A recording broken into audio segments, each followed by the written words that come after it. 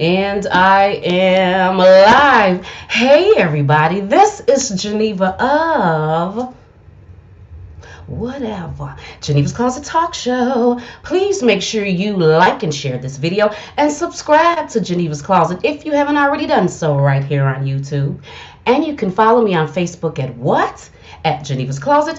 And you can email me at genevascloset22 at gmail.com.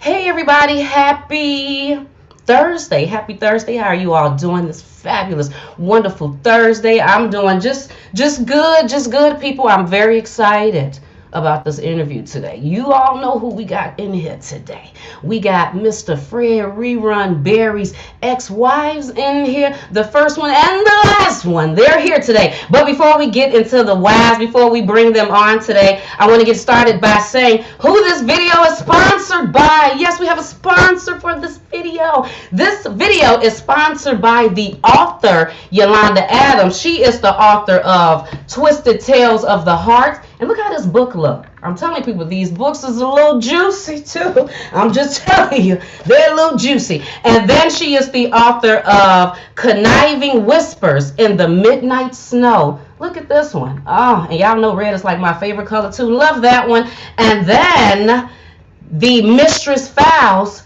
Dirty Diana, all by Yolanda Adams.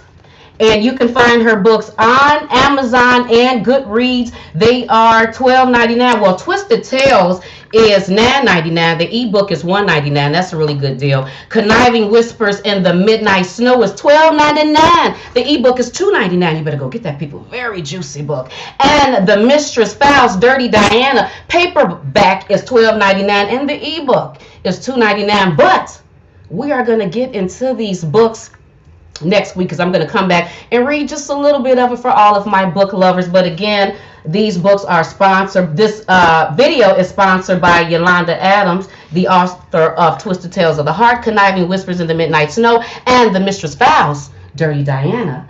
But so now we're going to go on. And then if you would like to advertise your business in Geneva's Closet, you can email me at genevascloset22 at gmail.com. Again, I had to tell you that, people. Now to get started, we have with us, oh, now you know this lady. You done seen her before. Yeah. You already know who I'm talking about. She is first of all, let's just get this out. She's a master cosmetologist, for those of you who did not know. And not only is she a master cosmetologist, she is a civil rights activist. She was the sixth wife of Fred Rerun Berry. So let's get into Fred Rerun Berry just before we bring in Essie. So we know that Fred Allen Berry, you know, they call him Rerun. He was on the 70s hit show, What's Happening? You know, he was pop locking and stuff. We loved him on there. And he was born March 19th, 1951 in St. Louis, Missouri, and died October 21st, 2003 in Los Angeles, California. Now, they said that he was married 6 times to 4 different wives. That's what I had read. That's what I heard. So we have his first wife here, and she said that she want to let it be known, people, that she was the first wife, okay? And I also heard that she's married him twice. She's one of the wives that married him twice. But we'll find out all about that. Miss Francesca Berry. And then we have Essie Berry, who was the sixth wife, who was married to Fred Berry when he passed away in 2003, making her the widow. So, like I said, not only is she a master cosmetologist, civil rights activist, and then we all know her from dealing with Mary Harvey and the whole Steve Harvey situation. Yes, we remember her from that. And I'm talking about the lovely, beautiful, and oh so talented Miss Essie Berry. Where's she at? Let me bring her in here. Hey, Miss Berry. We gotta take off mute. She off mute. Oh, wait a minute. Oh, no, I just brought Francesca in accidentally. How you doing, Essie? I'm fine. First of all, I want to thank you for that greeting. I love you for that to death. I'm very honored to be here with the queen herself. You, as far as you with us, and Miss Francesca. So let me put this out there before we get any further. Y'all see this chain on my neck? What do it say? Queen. I got to take this off. The queen is getting ready to come on. I got to surrender. I got to surrender it, y'all. The truth, the number one queen is getting ready to come on this mic. And I'm enough woman to say she is all queen, so I got to surrender it. I'm about to send it to her, y'all. That's the queen right there. This has been an interview, and I'm not even gonna say interview, something that is long overdue. So many questions that I wanted to ask and I couldn't ask. And now this is an honor because Francesca has never done anything like this before in her life. And I feel so honored. So I had to take the chain off, y'all, because the queen getting ready to come on. Bring her on, Geneva. I can't even say, bring the queen on. Bring the, hey, let's go. Yes, we are bringing the queen in. And let me tell you something, people. She looking very lovely today. Just want to throw that out there before we bring her on. We're talking about the very first wife of Fred Rerun Berry. And I also heard that she's a dancer and choreographer. We're going to find out more about that. And I'm talking about the lovely and the beautiful Miss Francesca Berry. How you doing, Miss Francesca Berry? Blessings, beauties, blessings, goddesses on board. I love you. I love you so much. Sis, you know that, Essie. You are my heart. You know you are the reason I am here. Miss Geneva, thank you, goddess, for your support, your love. Essie, I love you so much. You know, I would not be here doing this if it was not for our heartfelt connection and the love and the spirit that we have between us. So I'm so grateful and honored to be here with you. So please know that. And I'm hugging you now. I'm hugging you now, babe. So I'm here for you. And everything that you want to share, let's do it. And blessings to all of the fam that come through, ride with my sister and with Geneva as well. We need your support because we are all we have with both hands. So welcome. And it's so nice to see you. Thank you. Thank you. Say something. Oh, that was beautiful. Esther, you gonna say something? Go ahead, girl. Girl, I had to grab my face. I said, girl, now she ain't finna do this because we almost cried last night, y'all, because we saw each other for the first time last night, and it was overwhelming. This beautiful person in front of me, we've had a connection for so many years, but we never physically saw face to face until last night and right now. And that's an honor. And there's so many things that I learned about Francesca, but it was not my story to tell. This is her story. And before we start this, and Geneva asked her any questions, I have to say, you guys, over the years, it's been hard for me to know to be married to a celebrity and to know that sometimes along the ways, the women that help create these men, the women that give this men status, the women that are left behind when they go about their business, you on the road doing whatever, this is this woman. And I had to be honest with myself and say that Francesca was Francesca was the reason that Fred Berry, to me, was the man that he was when he got to me, and I saw so many different things. But then when I met Francesca, I knew why he fell in love with her. I knew why he loved her. I knew what she brought to the table to his everyday life. And I think somewhere along the line, whenever they did separate, he suffered for that tremendously, and at the end, it came back to me. So I feel like what God has done now is put this platform together so you can hear the true story, because everybody want to make it say things. But how do you know if you ain't lived this sister life? And let me put this out there before we get started. If Francesca really wanted to say anything, she could have did it way before now. And there's so many things that I have not shared with people either. We felt like it was a time that we could come together now and be sisters and hold each other's hand. Because yes, we're going to spread so much love, laughter, and joy about her husband. There's hurt in there somewhere, you guys. There's other things that transpire, and not all of it's going to be good because life is not good. Life is the hand that we're dealt. But because I am who I am, I chose to come back and find this sister because I needed to know for myself. I had questions that I want to ask for myself. So now here we are with this beautiful queen. And again, Francesca, I meant that. You are the queen. You are sitting up here royalty. Things choreographing for Fred, dancing and doing all that. We need to allow queens and sisters to know where we generated from and where we came from with your beautiful beautiful spirit and soul. So let's get this popping now. Look at my girl up there. Let's go. I'm shutting up. I'm gonna cry. All right, beloved, don't make me cry. You know that. Matters of the heart. And, you know, I was already dancing. I had a full life before Fred Berry. Raised in Los Angeles, born in Houston, Texas, but moved to Los Angeles at the age of 2, 3. I celebrated my 3rd birthday in LA. So you speak to me, I'm going to tell you I'm from LA. But my roots are in Houston. My grandmother, my lineage is strong. My grandmommy will be 99 tomorrow. So happy birthday, grandmommy. My lineage, my roots are strong. I have a long time to go. So, you know, I live life to the fullest and am very proud of that. And I say that to say, life is short. And so I've danced the entire time. My life has been dancing. Before Soul Train, I modeled as a preteen model for Foxes and Hares. So I've worked from about the age of 8. And my mother, very strict, but I wouldn't be who I am without my mother. And I love my mom, but my mom was strict. And so the discipline that I have now, that I've continued on from that time, dancing, modeling, you name it, in school full time, just, it was a lot. I grew up in Hancock Park, Beverly Hills region, and my life was good. So it's interesting that the brother chose me. I did not choose him. As if I could say, he actually stalked me, if you will.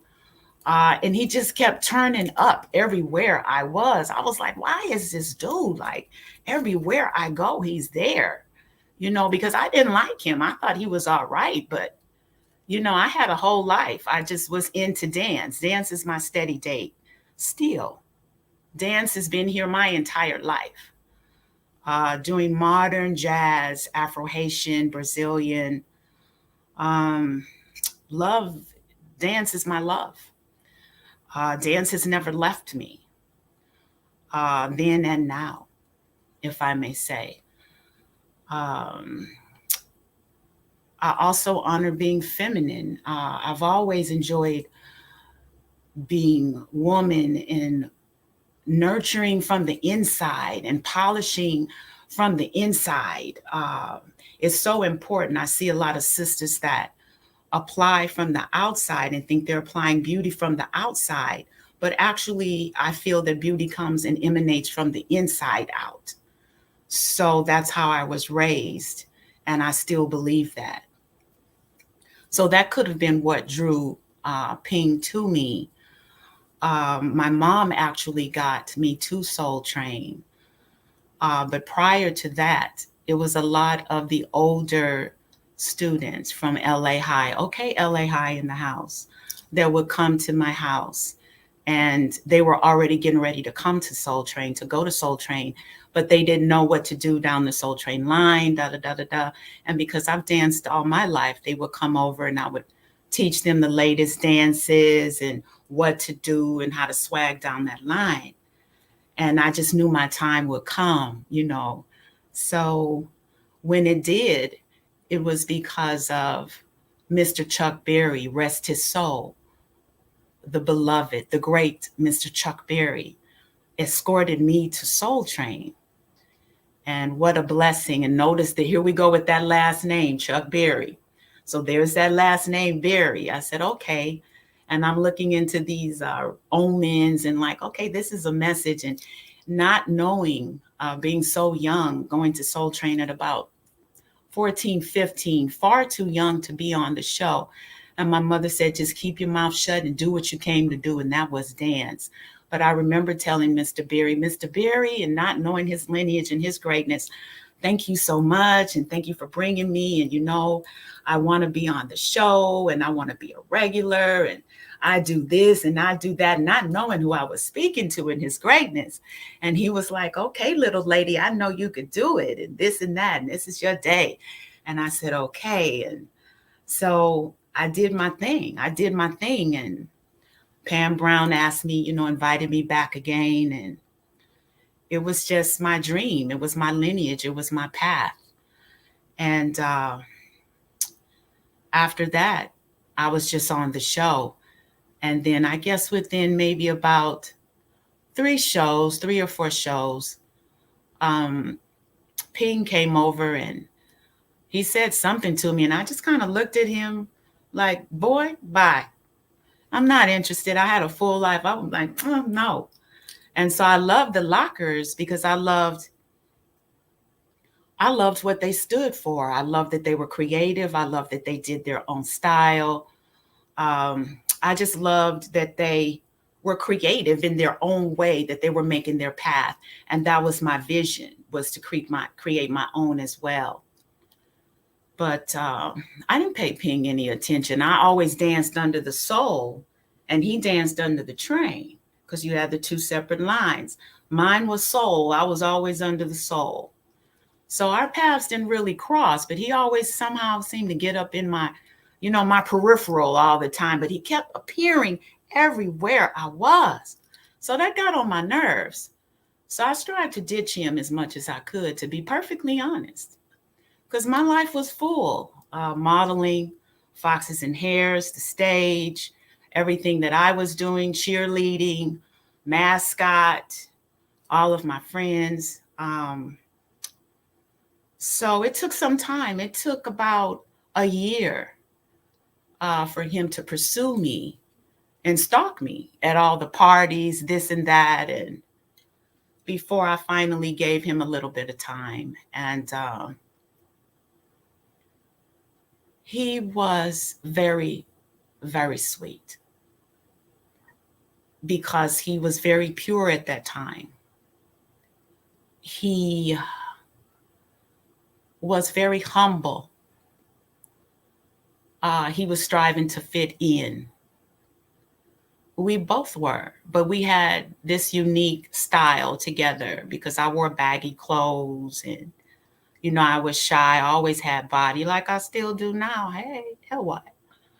So come on now. So we just had this thing, and everybody kind of started just seeing us together. And so we just created a couple kind of vibe. But I kept on my path of being a dancer. And in the light of Judith Jameson, in the light of Catherine Dunham, Donald McHale, Alvin Ailey, dance has been my path. And it was important to me to leave legacy for those that would come up behind me. Being blessed to dance with Paula Kelly came to LA High and acknowledged my dance when I was probably a junior. And so I knew I had something special. I mean, that's all I did was dance, dance, dance, dance, dance, dance, dance, dance. And so I said, okay. So I just stayed on my path. I wasn't really bothered with guys too much. So with Ping coming in, but him being a dancer, that helped him a great deal with me, because he was gifted, because he had weight on him, but he was so limber. He was exceptionally limber. He could stand there and then do a Chinese split and just jump in the air and do a Chinese split. Like, he didn't stretch, he didn't do anything. So he just was magic. And I was like, okay, I see you. I see you. So he got on the dance vibe and started saying some names of some artists, some dancers that he would like to emulate. And I said, well, let's create together. Let's evolve together. Let's create a new style. So when he decided to start speaking my language, that's kind of what caught me, is to not do the same thing that everyone was doing. So, that's kind of how it started, kind of, sort of. Yes, beauty. What's my baby sister want? Queen, I Yes, just yes, want to know. ma'am. So I see so many different face expressions of love with your husband. Your husband. That's your husband, That's baby. our husband. You tried it. You tried it. Your husband. Um, Our husband. so so he stalked you. He did. Wait a minute. Okay, he stalked you. So what made you like give in? What was there was it the dance that was the attraction? Was he the attraction? Was his vibe the attraction? Was his conversation the attraction? What made you give in after a year? I think because he was an outlier and I was an outlier, we didn't quite fit in, so to speak. We didn't fit in, if you will. We were just very unique individuals. And so I had someone that was unique in his style and dress, and I was unique in my style and dress.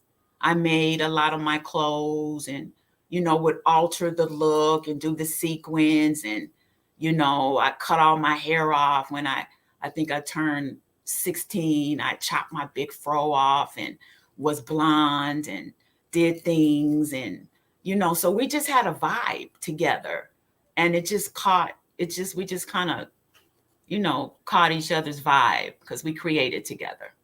That's How what it is. old were you in this picture right here? I was 17, 18. How was Fred? The picture that Miss Geneva just showed where we were sitting together, I think that was maybe my 16th birthday. How old was Fred? Crater Robert? He had no damn business talking to me. Point, period, blank. If I knew then what I knew now, but for me at that time, it was because he danced. You see, I didn't do numbers. It wasn't about age. It's just that he danced. And we were dancers, because I grew up with watching Fred Astaire, Ginger Rogers. I loved all of those old movies. I loved all of that. It was just beautiful to me. And so I just was like, okay, we're going to be like the next Ginger Rogers and Fred Astaire. And I believe that. I believe that. I saw that in us then. And especially, so that was on my birthday at my Uncle Kenny's house, who raised me. That was my 16th birthday. I remember taking that picture. He I need came to know over. how old he was. How old was he? He was too old to be messing with me. That's how old he was. In numbers. That's how old his ass was. He was too old to be talking to me. That's how old he was in numbers. But in the mind, I feel like I was more mature as far as, I felt like I was more mature than he was when it came to that. But Ping he was older. He should have been messing with somebody else, to be honest. I love you so much. You're so I beautiful. love you too, sis. So I love you. I know. Geneva, I do. Go on. You got anything you want to say? Geneva might want to say something. Miss Geneva. I'm just back here. Look, Francesca is sitting up here flowing with girl. I ain't even asked you no questions. You just flowing perfectly, perfectly. You dropping all type of stuff. You got me back here like what?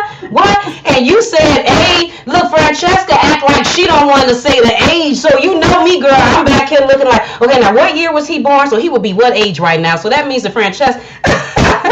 Like 20. What was he like? 23? Was he like maybe 23? Something like that. Was 16, 17, 18, 19, 21. Yeah, he was about 23. Yeah. He was 23, 24. He was. Yeah. So when did you give in?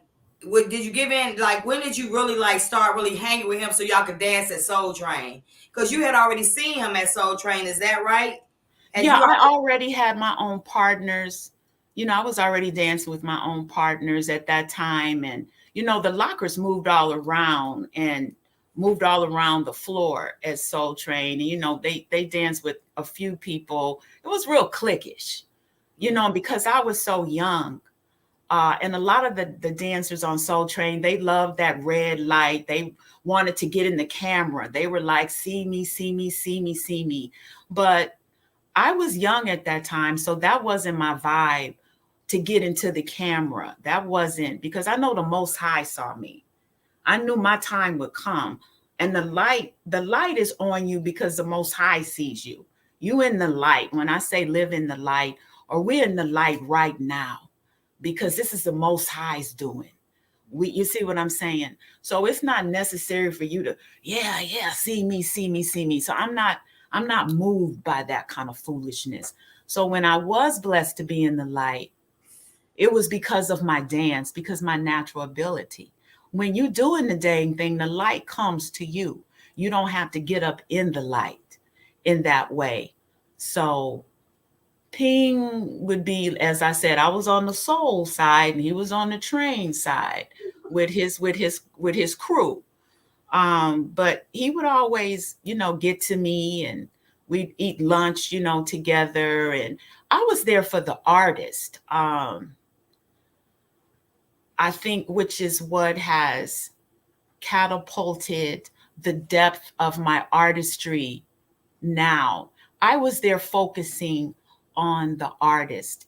After you have danced and listened to James Brown say, Maceo hit me, Maceo hit me, after you heard that for 4 or 5 hours. And that's all he said. Now, I was in rapture, but you have to remember a lot of the other dancers were older.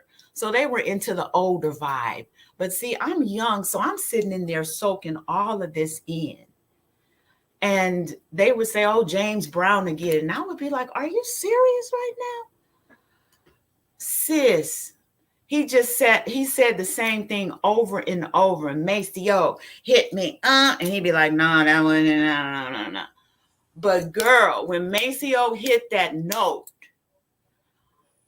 chicken went everywhere. All of the dancers, it was like, it was just electrifying, and it just was crazy. So when you have the experience of having live music, funk, James Brown, Tower of Power, Gladys Knight and the Pips, when you have Shaka coming through, you see Richard Pryor just there. When you have the experience, Ohio Players, when you have the experience and living that from 15, 16, Al Green, for my 16th birthday, Al Green sang to me for my 16th birthday.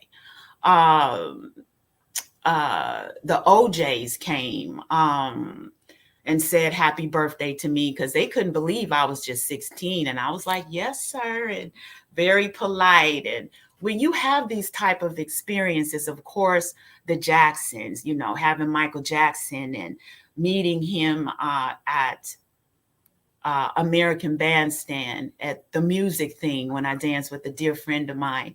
And I'm just in the audience, just standing there. And then Michael Jackson's like, oh, Francesca Curtis. And I looked up, I was like, yeah. And he's like, you know, I love your dance. And when you have these personal experiences and you're acknowledged by the best, you know, I don't really vibe with Ping like that. I'm like, boy, Khadijah don't need you. My path was already foretold by my family, by my lineage. So you would have to really be coming correctly to get in my light. You'd really have to be coming correctly. So he did have to come and speak to my mother and my father. It was actually my daddy that had the crush on Ping. It was not me. My daddy loved Ping when he would dance on Soul Train before I even knew him. My father lived for when he came down the line. So it wasn't me that had the crush on him. It was my daddy, not me. So when I told my father about him, he was like, oh, yeah. So that kind of helped him. So then when my father met him, he kind of had an edge. And Ping was really sweet. So he kind of swept my mother and my father off their feet before he got me. I was the last. Did you meet his parents? Did you meet Fred's parents? I did. I did meet his mother, his brothers. I did meet his family. We did all that. He had to court me. He had to full out court me for quite some time. That's why the majority of the photographs that are inside of the Unsung Hollywood that you and I were blessed to do together are pictures from my family's home.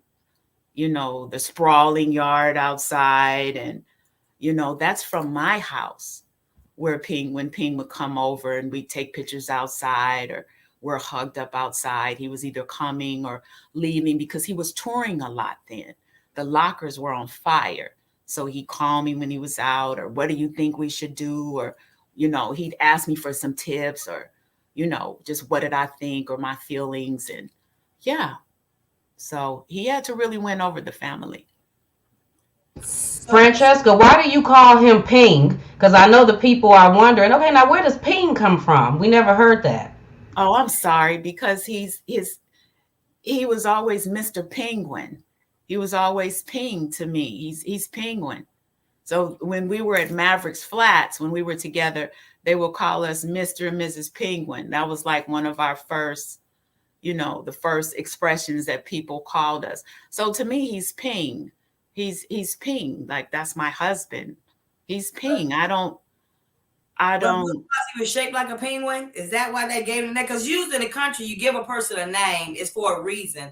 So why did they actually call him Penguin? That was he used to imitate how he used to dance. He used to, do a move that was like that. And then when he started rocking the tam, but he would wear it in a different. And I said, no, you need to slant it to the side. He slanted his to one way. I had slanted mine the other way. So we just had a lot of commonalities. But I just know my husband as Ping. I didn't call him Fred. I can't stand that name. But I never called him. That's a dumb name. I never called him Fred. I was like, I'm not going to call you that. That don't do nothing for me. So it was Ping. That's who he was to me. Well, okay, so you done did your year, you got to know him. How much longer after that picture right there did you marry him? I would say probably, let me see, maybe within 2 years. Within 2 years, probably a year and a half. Yeah. So when you met Fred, he was already touring with the lockers and dealing with the lockers. So he was dealing with the lockers. So how did you get along with all that with them, and how did they come into your circle? Because you had to get to the stalker first. You got to get to him first, and then you had to meet his group. So how did that play in? Thank you for asking me that. The lockers were wonderful. They were so approachable. The lockers, Don Campbell, magic. All of them were very polite to me because they were cognizant of my age. So they would always act very respectful. All very, very kind. Don would always tell Ping to be respectful of my age, that he shouldn't expect me to do a lot of things that other people did because I was not raised that way. He could tell that about me. They were professionals. They appreciated their positions. They were not arrogant. They worked hard, but they were brokenhearted. I think this was the closest I came to. That was the first time I saw dancers really being hurt and seeing what that was like. Because Don, that was the biggest mistake that Mr. Cornelius, as I called him then, and I still refer to him as Mr. Cornelius, that he made, was not acknowledging the greatness of the lockers. And they came born at Soul Train. And with his genius, his great genius, and all that he stood for and everything that he's done for us as a people, that was just a mistake, if you will, that he didn't see the greatness that they brought So that caused a problem on the show, and it broke their heart.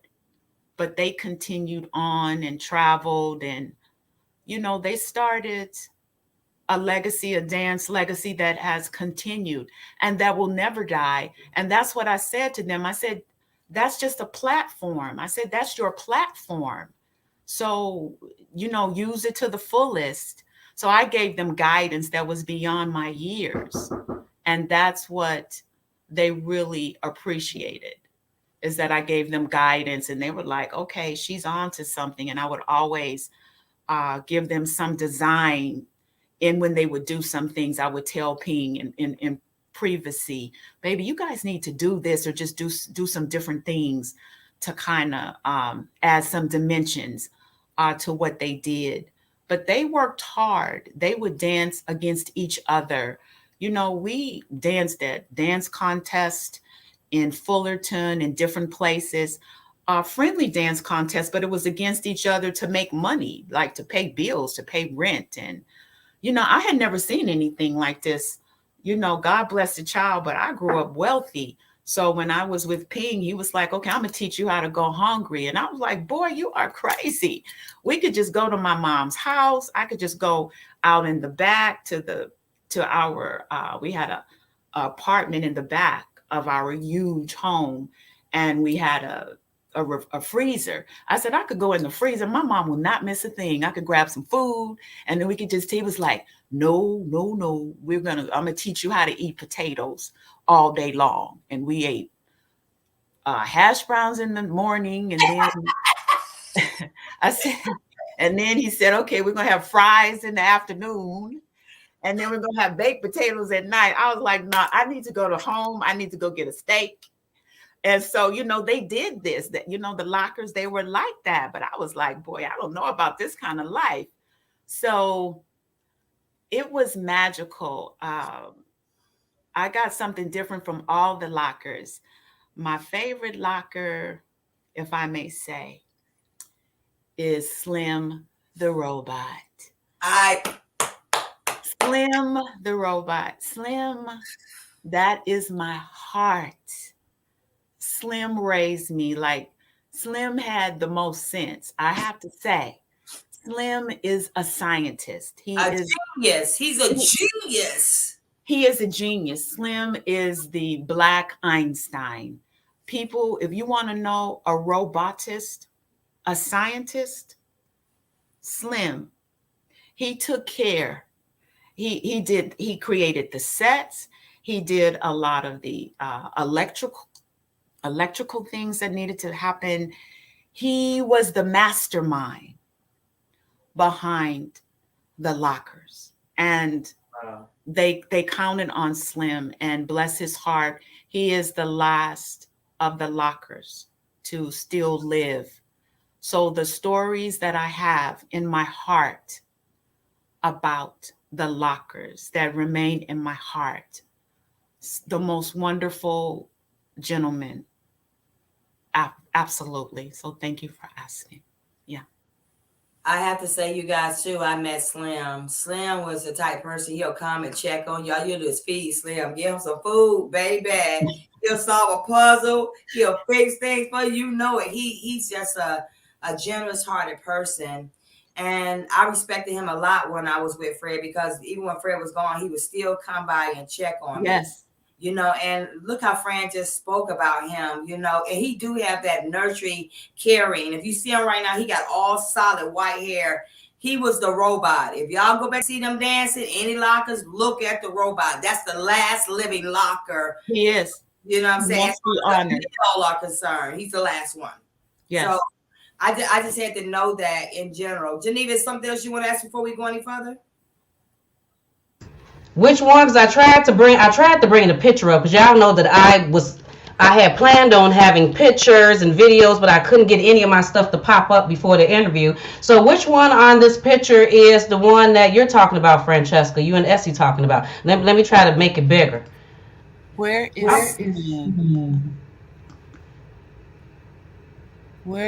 sweetheart? Where is Slim? Oh, this is old girl. Okay, so the lady on here, that is the lady Essie was always talking about. Oh, Ricky, you so fine. That's her, Essie. Because Yeah, don't you see the woman right there? Yes, that is Tony Basil. That is Tony Basil. but we don't That see. is I don't Tony see Slim Basil. on there. I don't see the robot on that picture No, particularly. I don't see Slim, and I can't believe that he is not there. Now that I was here when I was there when this is for I remember this. I was there. I think is this not the Slit Small Liquor Bull? Commercial. Uh yes, that's yes. I remember telling them, say, you all need to use those stairs. They were using the flat and the stairs were just there. They were so excited to do this. They were so excited. Who is that at the bottom? Who is that? Is that not who is that at the bottom? I I thought can't. that was Don. I think it's Shabadoo. It's Fred. I don't know this cat right here on the by right by Don. Was got his Uh-huh. arm out. That ain't Skeeter, is it? That ain't Skeeter Rabbit. Uh-uh. Man, I don't see Slim. Wait a minute, go Slim back to is the one of a kind, and he has so much to do with Is the. that Slim in the very back? Look at the very back, That Francesca. is Slim up at the Slim top. in the very There back. he is. That's Slim at the top, Yeah, profiling, styling. yeah. I saw that little, yeah, that's Slim right there in the There he very is. I back. was like, That's how the can player, Slim not be y'all. there? There he is. That's Mhm. him at the top, holding it down. And y'all, right now he got a big hair of gray hair. The last time I seen him, very handsome gentleman. Like she Black said, Einstein. The y'all Black better Einstein. Don't he look like Einstein, sis? Don't he look like a Black yes, Einstein, like a yes. Check mad this. professor? If they had went and got Slim, they probably already had a cure for the coronavirus. That's You smart. already know. You already know. Absolutely. Y'all better go find them. We will. We're going to get him. Mhm. Call So, me, Slim. Francesca, where did you My and Fred get love. married at? You know what? We had a gig in Vegas. We did a show in Vegas, and we were supposed to go somewhere. And so we got married. We got married in Vegas, and then we flew to the Bay Area for our honeymoon. Uh-huh. So, was any of your family members, anybody there? Or was just you and Ping, you and Fred? We did the show, and I was like, babe, we're just doing the show. He was like, no, we're here, we should do it. So it was he and I and some fans that stood in, and I was like, this is not very personal. This is not gonna last. This is very, I don't like this. But he said, we'll do it again. And I was like, but this is my first time to get married. I kind of wanted the bells and the whistles. And he was like, baby, we're right here, let's just do it. And I was like, okay, whatever, let's just do it then. So we did that. He said, we'll do it again, and we'll do a big one. We didn't have a lot of money at that time, but he promised me when we got a lot of money that we would do a big wedding uh, later. And I said, okay, yeah. So, after you guys got married in Vegas, were y'all still dancing with Soul Train? How did that work that y'all departed from Soul Train up in there? We did. We came back and we still danced on the show, but people didn't know we were married at the time. But we were. We were married. We didn't change too much of the dynamics because, you know, I was very private. I'm still a very private person, which, a private public figure, if you will, because in LA, there's so much talk, there's so much chatter, there's so much. And so I like there's Slim. Where did look? There Right. he is. There he is with that. There he is, the mad scientist. Um, so it was important to me for us to hold on to that we had something together, he and I. And then after I think maybe a few months, we announced that we had gotten married. Yeah. So, when you met Fred, you were in California. He had just got to California. Y'all met in California, though, correct? We met on the show. Yeah, he had been there. We met on the show. Yeah. Mm-hmm. So, after you guys got married and you did your life thing and you were dancing and traveling, was there any type of conflict that like Fred didn't want to be with the Lockers? How did that go? Like, was there like, did y'all just separate from with that, or how long did he dance with the Lockers after he married you? He was with the Locker for years, for a long time. It was a long time. Uh a couple of years. Like Shab used to come over. Shab was still trying to get in the lockers, as a matter of fact. He wasn't quite in. He wanted to be in, but Shab was still just very arrogant and full of dance and full of everything and wanting to see his way. And so he used to come to the house and hang out. Shab was on the couch all the time. The story I could tell about Shabadoo. So it was quite some time before it was the best of times before Holly Weird came into the picture. And that's when everything turned.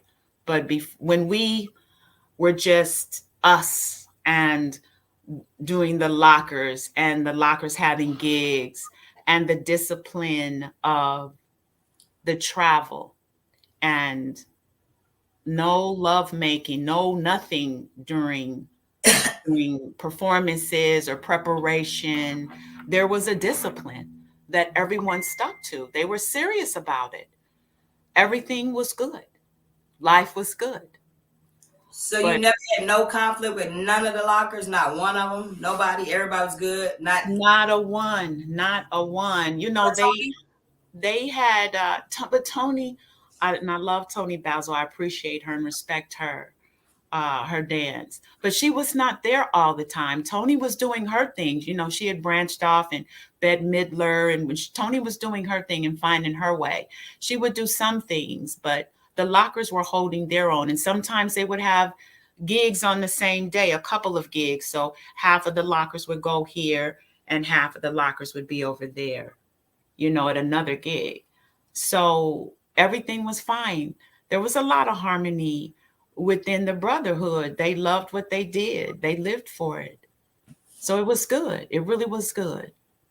Francesca, I want to ask you about something that you said earlier. Earlier, you made a mention about basically that you came from a good family. You know, your mom, your dad, like came from a good family. And you said that you knew Fred's family. So do you feel like that Fred came from a good family? He had a good family structure, his mom, his dad, his siblings, or what did you think about his family when you met them?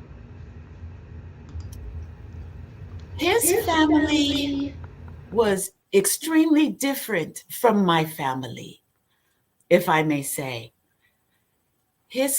Let's say for the wedding, let's say there was an envy, if you will, with his family, with my family. There was an envy. I don't know if it was the love that we had or the chemistry or the cohesiveness within my family that bothered his family. Am I saying what I'm saying? Are you hearing what I'm saying?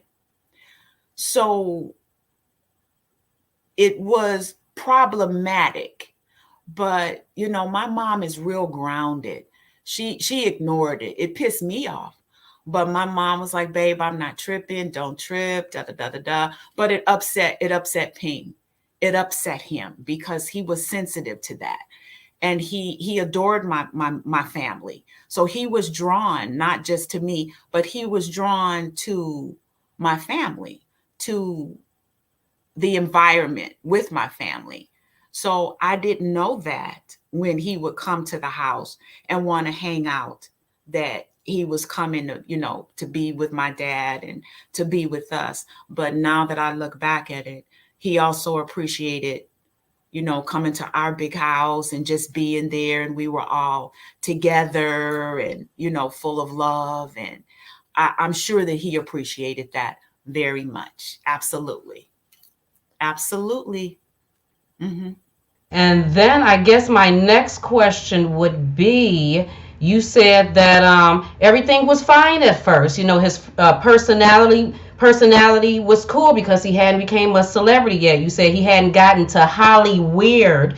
So what would you say happened once he got into Holly Weird? Like, how did his personality change, and when did it start changing? Was this around what's happening time, or like where was he at in his career when you started noticing a change? I would say at the inception of the show, and he had a hard time because he didn't he didn't quite, I don't want to say he didn't fit with the lockers, because he did. He stood out. So we would always rework the choreography that he did and strive to find new ways for him to stand out so that he just wasn't doing the same thing. I cannot explain to you how much we danced, he and I together. The majority of our relationship, he and I, we danced day and night at the house. And Shab would come over because we were always dancing. Always. I mean, people would probably think we were weird because we were always dancing. The only time we would stop is when he jumped on my furniture. And I'd say, boy, get off my furniture. Are you crazy? But he was using it for the buoyancy to try something. But we would dance like, it's crazy how much we danced. But that's where he would discover new moves or new things, and I would share things with him because that's what I dance professionally. So the growth in the dance, and plus it kept him at a particular size that he liked to be. He liked to be like a 36. When Ping was a 36, he was really happy. But if he got up to a 40, then he was uncomfortable. He couldn't move as easily as he liked to. But when he was a 36, then he was good. So he was good. But once the show came, that's when the distance with the lockers started to happen.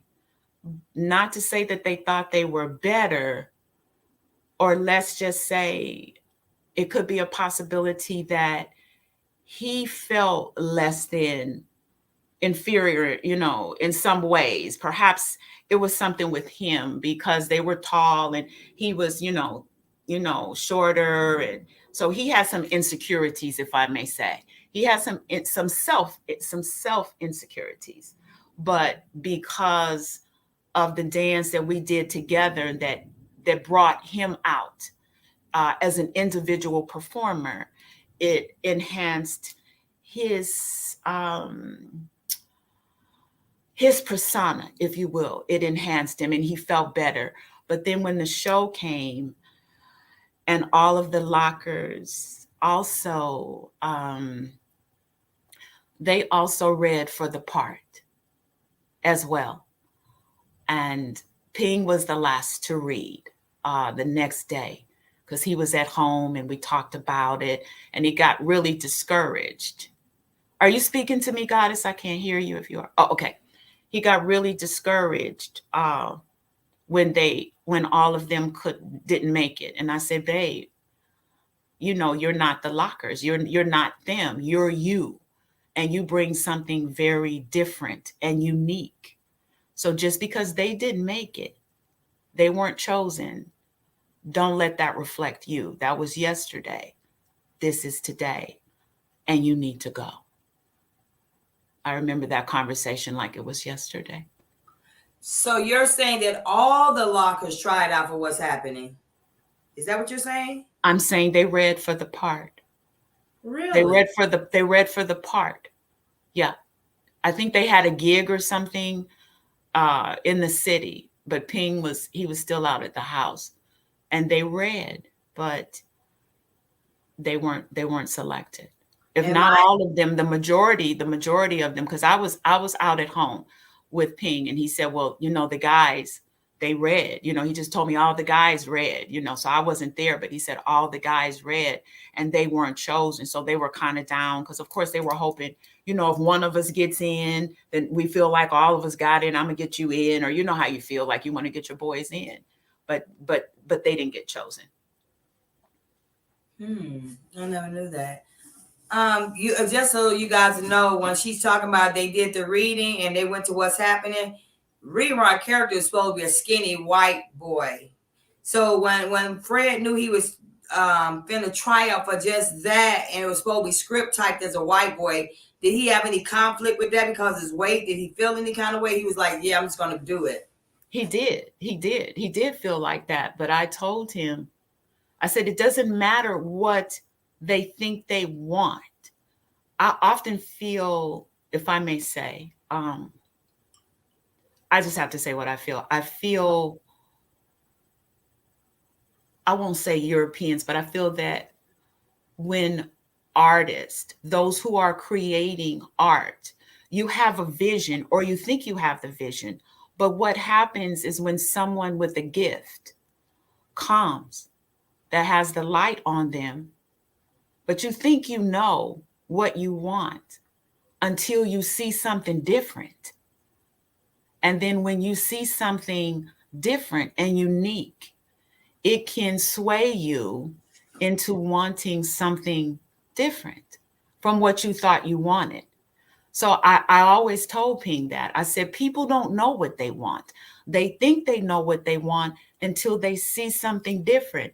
And then when they see something different, they will choose that. But you have to give them an opportunity to see you. I believe that. I feel when I go somewhere, if I do work, or they may have wanted something else, but when they see me and they see my work, they will honor what I'm bringing to the table and say, this is unique. This is very different. I thought that I would want that, but what you're doing is different. It's something new and I like it. And so you cannot just go and not do something. No one can not do something and pursue your dream, your vision, your gift because somebody thinks they want something. Because that's not how spirit works. You have to move forth and know that you are what they want. And so that is what I shared. That is what I shared with him. And I've lived all over the world. Been blessed to live in Egypt, in Australia, cultural ambassadress to Dakar, Senegal. I'm blessed to have family there. Shout out to my family in Dakar and Senegal. I miss you so much. That is where my peace is in Senegal. I suffer from drapetomania when I'm here in the United Snakes of America, KKKA. Yes, I said it. I have to get out of here. And when I go home, I rest my spirit. But when I'm here, I strive to continue to elevate, to create, to honor whose I am and the greatness that we are and continue to be.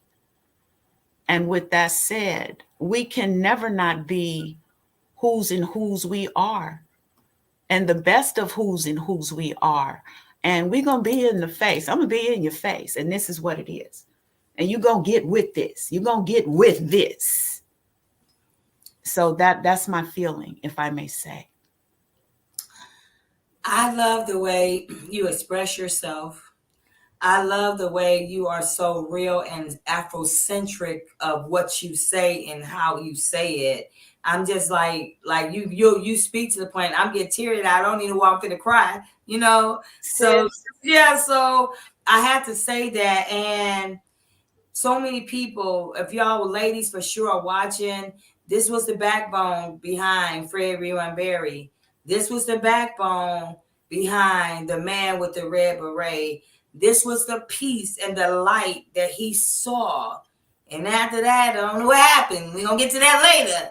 But it had some stuff with in between there that wasn't right, y'all. Because after he left this, she said something the other night on the phone, and I want to ask you. So, was Fred romantic? Did he cook for you? What did he do for you? I just was he a good man around the house? Tell me what he did. Let me take this pineapple juice. Let me tell you. Mm-hmm. My husband raised me in the way that A lot of who and whose I am is because of my husband. Ping was so romantic and would. What? Oh, sorry. Excuse me. Look, shut up, Heifer. Shut up. Okay. You're like so. What the hell? What you say? Okay, I'm sorry. What? Okay, I'm sorry, y'all. Okay, let me mute my. What the hell? Sis, our husband was extremely romantic. We would, like, let's say Billy Preston was one of our favorite artists. Yeah, we would listen to wonderful music together. We sang together. Ping had a beautiful voice. Um, he would he would speak he would speak the future into fruition. He'd say, we don't have a lot of money now, but I promise you, he knew where I came from. He knew I came. He knew I had everything. And I said, now you have me here. I was like, I really want to go home now. This is nice, but being poor, I don't like it. I want to go back home. And where I had everything. And he promised me, he said, this is just for a short amount of time, but we danced. So on the dance vibe, it was rich. And he'd catch me when I would just start getting homesick. And he'd say, babe, this is, and he'd tell me stories of what we would do. And we go here and we go there. And a lot of what he said, it happened. It happened while we were eating the French fries. And he'd tell me these stories.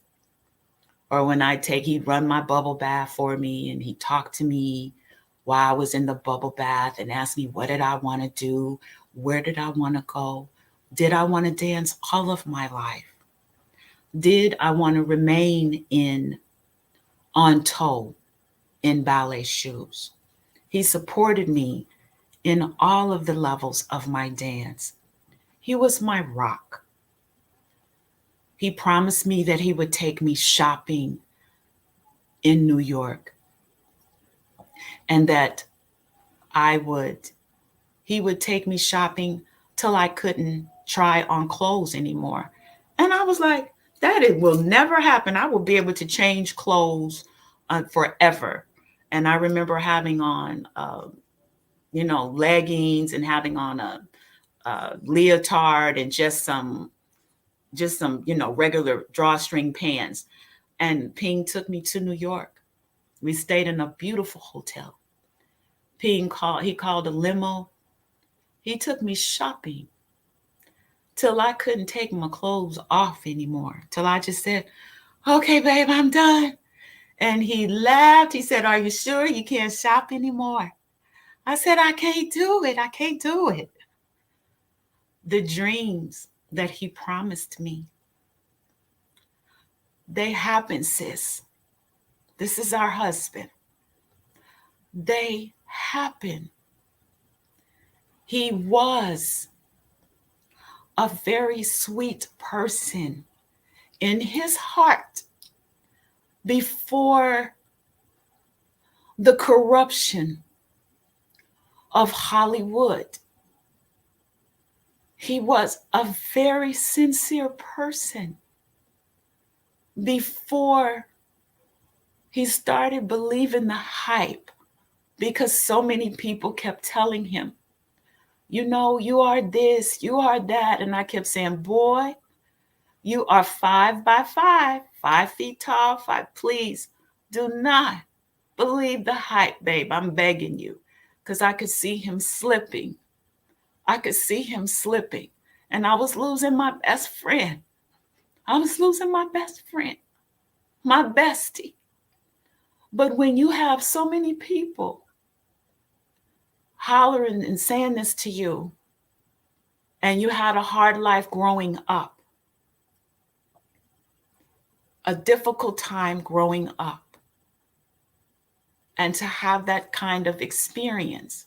I was raised with that kind of life, but to not have that kind of identity, and had it not been for Don Campbell, I remember him telling me, had it not been for Don,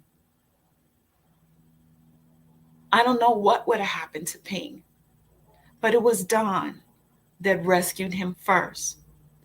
And then he said, then I rescued him. But then that's why I left home. You know, I'm from LA. I had so much going on, but there's just a particular beast, if you will, that I was simply not willing to pay. There's a cost to be had. I was not willing to pay that price after seeing so many stars, celebrities lose their way. And he could not help himself after a certain time. And once you sell your soul, if you will, you cannot turn back. You can't, because once you are a character and they give you this name, a slave name, and people are calling you this name everywhere you go, he didn't want to be that character. The only time he felt that he wasn't that character is when we were together, because I called him Ping, because we would be together and I treated him as Ping because he was my husband. He'd come home from the show. You have to take out the trash. You have to do this. You have to do that. But you have to have a strong, strong, strong constitution. And you have to be around people that truly love you to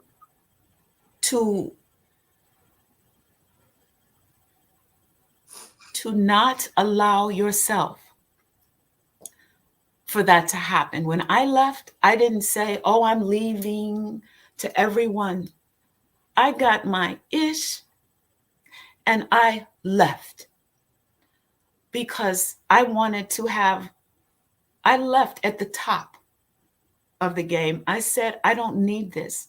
I'm leaving. I want to have friends. I want to have friends, like my name, friends.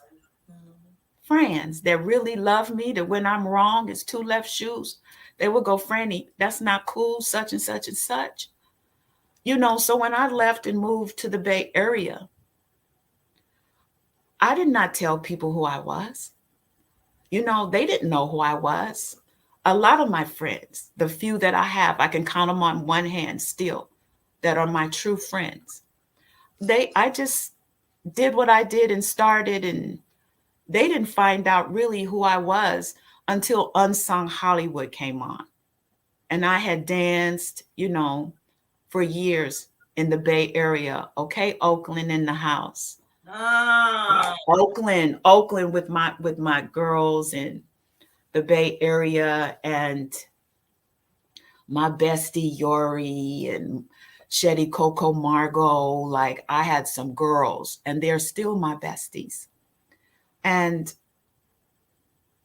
you know, they knew, but I had not said, and they were like, we knew it was something different about you. But you know, I said, I'm just me. They said, why didn't you tell us who you are? I'm like, but you know who I am. They're like, no, Franny, you didn't tell us. You didn't tell us.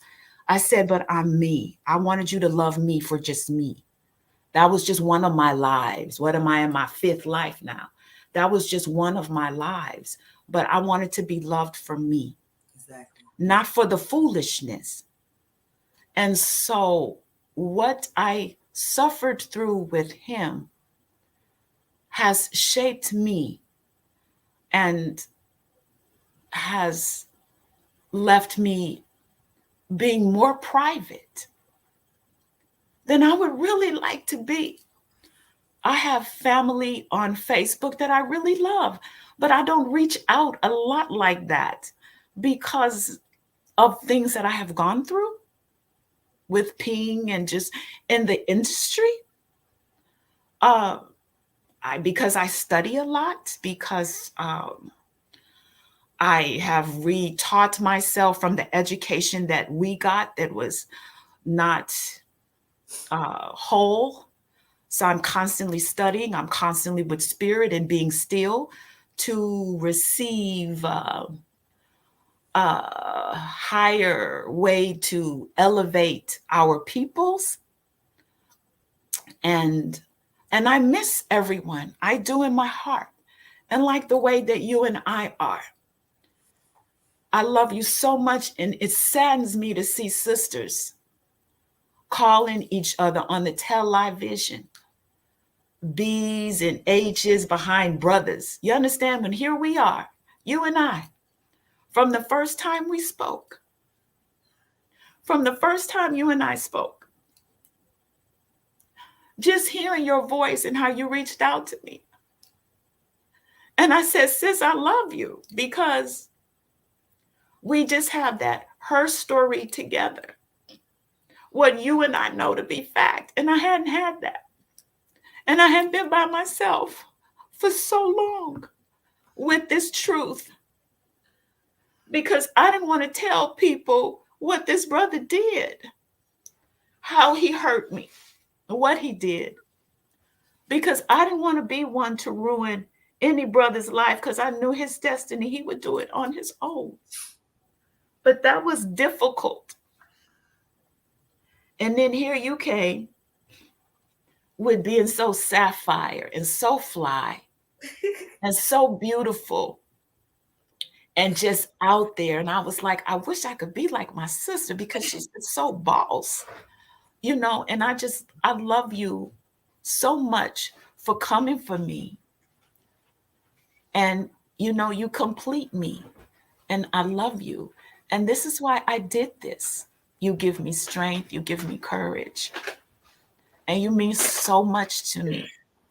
And so this was a cathartic experience, so I trust you, and I don't trust easy. I need you to know that.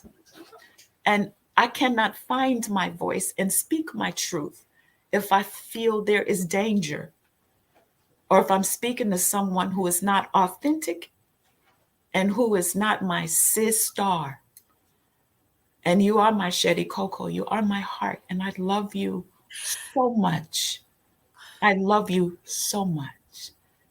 And I thank you for this opportunity to share my truth with my reflection, with my sister. And I pray that we have an opportunity to do it again. Yes? Yes. Yes. Yes. Yes. I'm hugging you now, beauty. Don't cry. Don't cry. I know. I know. Give me a bit. Yeah.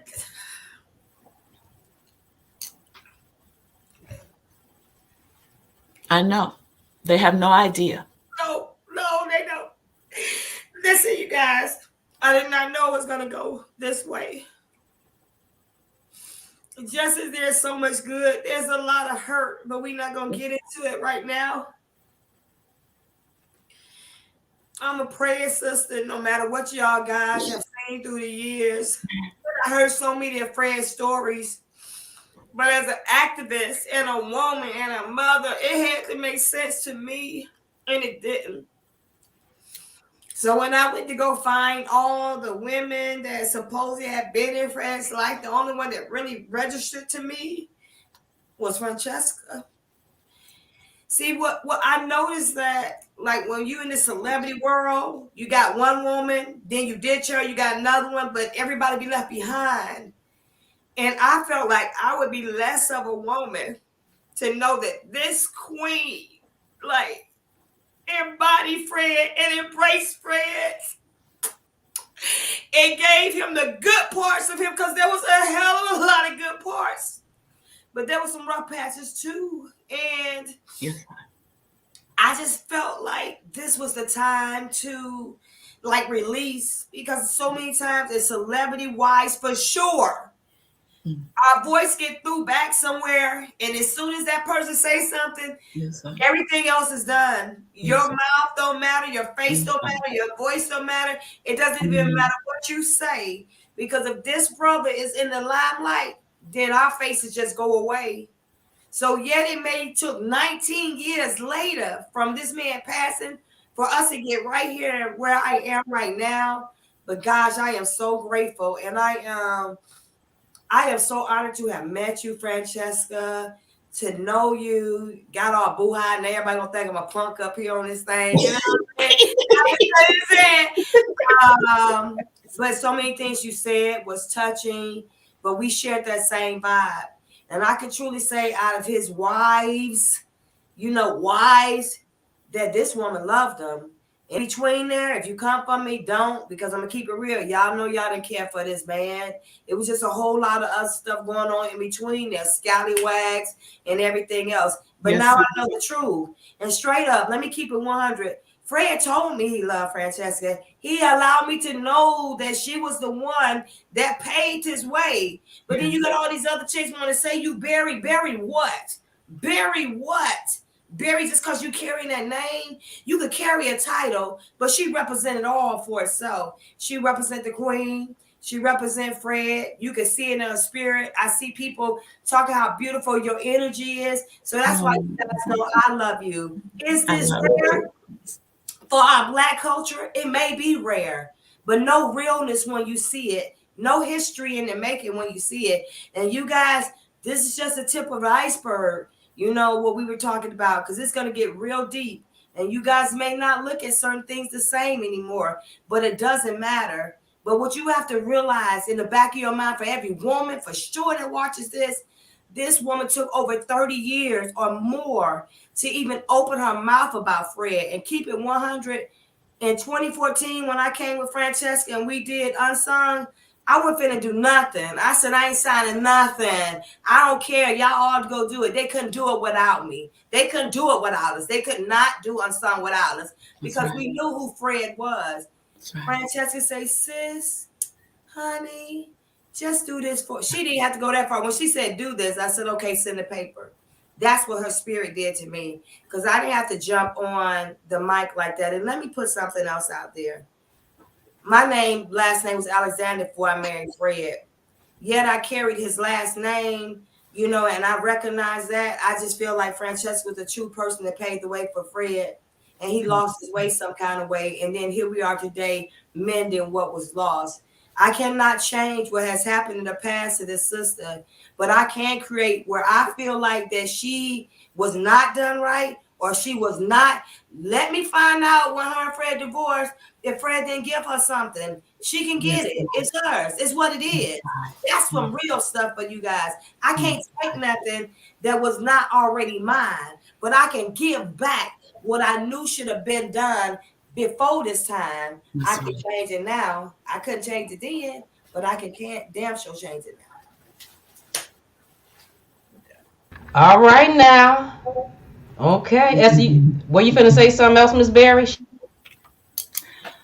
I gotta get up. I'm just hugging you now, sis. I love you so much. We did it, and I love you.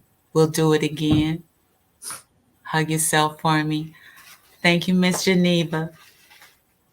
Well, I do want to say thank you so much, Francesca. You did an amazing job. You gave us a lot of information that we had absolutely no idea about, as far as you and Fred. I mean, this was really good, and I would really love to have you back on. Not only so you can go on and express yourself more and let out even more of what you feel like that you would like to say, but because I noticed when you were talking, you kept throwing out a few little words, and I wrote them down, because I'm like, I would love to have Francesca back on here to ask her, why do she say these things, and where do these words come from? She said, tell my vision.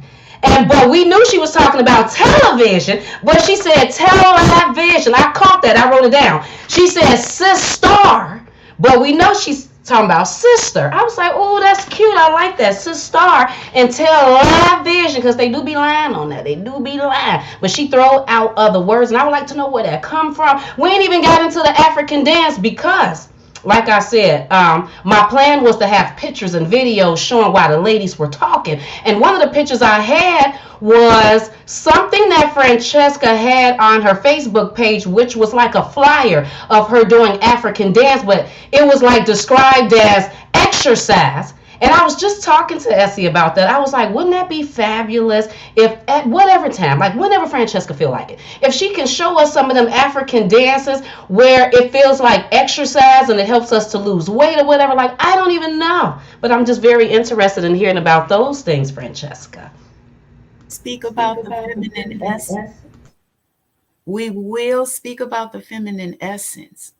And staying beautiful and getting beautiful and exercising, but it's not exercising. Yes, absolutely. You got it. And I'm looking forward to that. I'm definitely looking forward to that. So yeah, this was a really good interview. I enjoyed having you on. You and Miss Essie Berry, saying how y'all talking stuff. It's lovely. Just, I mean, because who knows wives that are still talking to the ex-wives with a whatever, and y'all are just cool and talking and expressing. So I just think it's absolutely beautiful for everyone to be able to experience this on the screen today. Lovely people, lovely. But thank you so much, Francesca. The plan is to contact you really soon to see about possibly doing a part 2. People, we will let you know. Absolutely. Okay. All right. Essie, anything else you want to say before Francesca leaves? I just want to say I love you both for having me on, Geneva, Francesca. Yes. I didn't know I was going to get that emotional. We share things that no one else could. Y'all know, see, now y'all done bought the wimp out of me. I feel like just running in the room behind my face. You know what I'm saying? I be on this might be wolfing. I just want to run in like, dang, you know, but that's a part of it. Smiling, crying. Yes, and Francesca, everything that you share with me, Fred had already told me a lot of it. And he told me so much more. But I'm going to be here to let the people know that is the truth, what our husband told me about you. And for me as a woman to want to listen, I had to know where that part of him came from. And they don't even know. It's so much more through the lockers, through what's happening, through you and Fred. Y'all, there's so much more that you guys are going to find out. But I just wanted you guys to know where the original Miss Berry, the original, this Francesca, 100% beyond a shadow of doubt. I can hold that weight as a widow. And let me tell y'all something before I get off. Fred died one day before my birthday. We married October the 22nd, 1989 on my birthday. He died October the 21st, so I could be his widow. God knew that me and Francesca was going to be here today and set this back straight the way it should have been. That's 20 years ago. So what you don't do then, the first shall be last and the last shall be first. Now this is first, and I need to hear everything that she has to say. The woman who paved the way for this man that we all admire today. Point blank and simple. And remember one thing, you guys. After doing this interview, and we're going to do more parts to it, you only got to understand one thing. Rerun, as she say, a slave name. Rerun, he legally got his name changed to that. That was a character. That's when y'all get it messed up when you see a person on TV. That's a character. Fred Berry was a real, Fred Allen Berry was a real live person. That's right. You're going to have to be able to separate the two when you guys get through hearing the rest of Francesca's story and what she has to say. And I'm going to collaborate a lot of it because what I can say is I was her and she was me. Yes, so now we have the voice to be able to bring it out and don't hide. And let me say one other thing. I understand why Francesca remains silent because so many times we want to protect our man and protect our reputation, but to protect their reputation. And in the midst of that, somewhere we go broken and we be alone because we cannot express who we are as individuals because this man or this person has already painted a picture. That's a picture being painted. You don't know what goes on behind closed doors. So y'all, it's going to get more juicy than it got tonight, but I love you guys again. I thank you guys. Much love to everybody in the box for sharing with Francesca. I see so many people saying how her energy is. Y'all, that's why I love her. Her energy vibrates through this. And once we get through all this, maybe we can do some classes where we all got Francesca on here. She's showing us how to do a little bit. We ain't got to have the pole. We can swing without the pole, but just let us know what to do a little bit. You know, I'm going to be looking at honored to do any of that. And again, Francesca, you are light.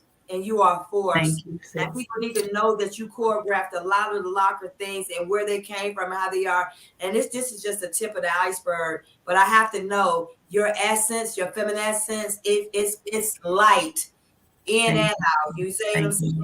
And I don't ever go away, beautiful. I want some of it. I need some of it. I got some of it. Like, not for the running here look like a wimp. I'm done.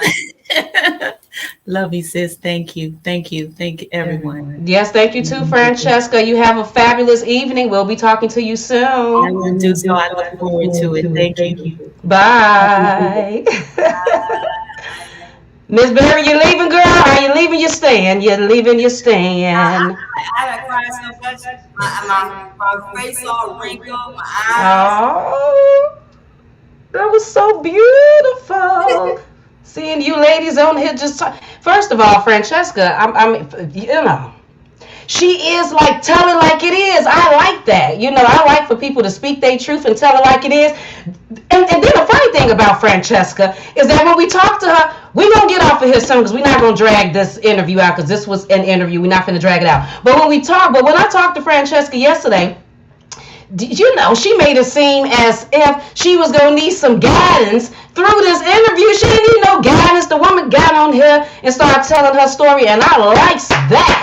I didn't even gotta say nothing too much. She just threw it out there for the people, and then was telling some tea and stuff. Started off saying Ping. I'm like, Ping? Who is Ping? Because I didn't even know he was called Penguin. You know, like I'm a little bit younger, you know, so I gotta get the.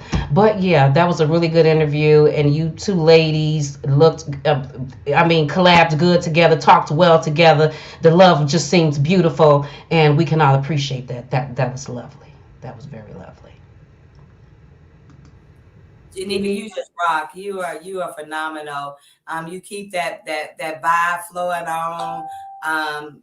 Me and Francesca both love you to death. I just want people to really be enlightened now because this is 3 different generations of women. You understand what I'm saying? And holding down.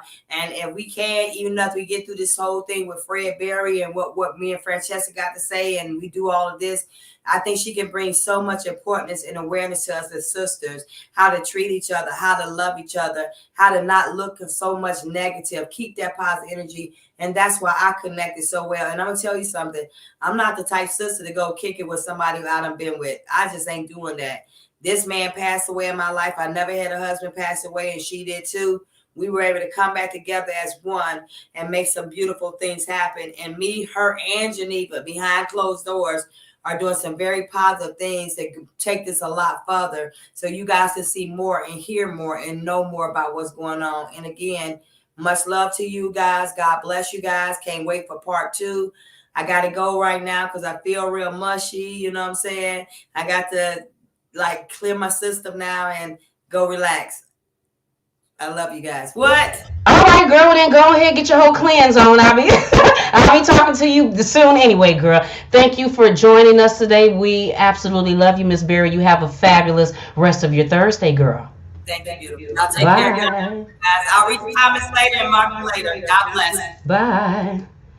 Oh, wow. That was fabulous. Absolutely loved it. Absolutely loved it. So I'm about to get up off of here, people, because that was a fabulous, wonderful, fantastic. Let me turn my volume down some interview. And again, before I get off of here, stay tuned for part 2. When is it coming? I don't know. That's why you got to be subscribed and hit that notification button. If it comes up, you know how the notifications be, whatever. But just make sure that you subscribe because then you can see when I'm posting that we're going to do part 2. And get into, because I heard Francesca when she said what this brother did to me. I said, it's some other parts to the story we didn't get into that we're going to have to get into. But again, I want to tell you that this video is sponsored by the Black Author. She's a Black lady. She's a Black woman. Support your Black authors, Black business owners. Just support authors, period. But I'm just letting you know this is a black, lovely, beautiful woman. Yolanda Adams, she is the author of Twisted Tales of the Heart, $9.99 paperback, people, on Amazon, $1.99 ebook. Dirty Diana, the Mistress Files, Dirty Diana, $12.99 on Amazon, $2.99 ebook. The paperback, because I like paperbacks. I don't want no ebook. I'm just letting you know. Conniving Whispers in the Midnight Snow. This one, Conniving Whispers in the Midnight Snow, part 2 of Preston's story. Ooh, Preston. Is this the book that I was reading that got some tee-hee-hee in it? I don't even know. One of these books got some tee-hee-hee. This book is $12.99 paperback, $2.99 ebook on Amazon. Don't worry about it, people. I'm going to put the links down there because anyway, next week I'm going to get into one of these books and read just a little bit of it so you can see that this is some juicy stuff. I ain't never read no book like this. Now, I done read some juicy books, but it didn't have this type of juice in it. But anyway, people, thank you for joining me here on Geneva's Closet. Stay tuned for part 2 or whatever else Geneva's going to bring to you in Geneva's Closet. And thank you to all the people who had something to say in the chat. I appreciate you. And to all the people that was in the background, you didn't necessarily say anything, but you definitely sat and watched. That's all right. You really didn't have to come in the comment section and say anything. But before I get off of here, and later on, could you please like and share this video and subscribe to Geneva's Closet if you haven't already done so right here on YouTube. And you can follow me on Facebook at Geneva's Closet. And you can email me, just in case you didn't know, at genevascloset22@gmail.com. You all have a fabulous evening and weekend, because it's coming up tomorrow, people. I will talk to you later. Bye. Have a fabulous evening, people. Bye. Thank you for joining.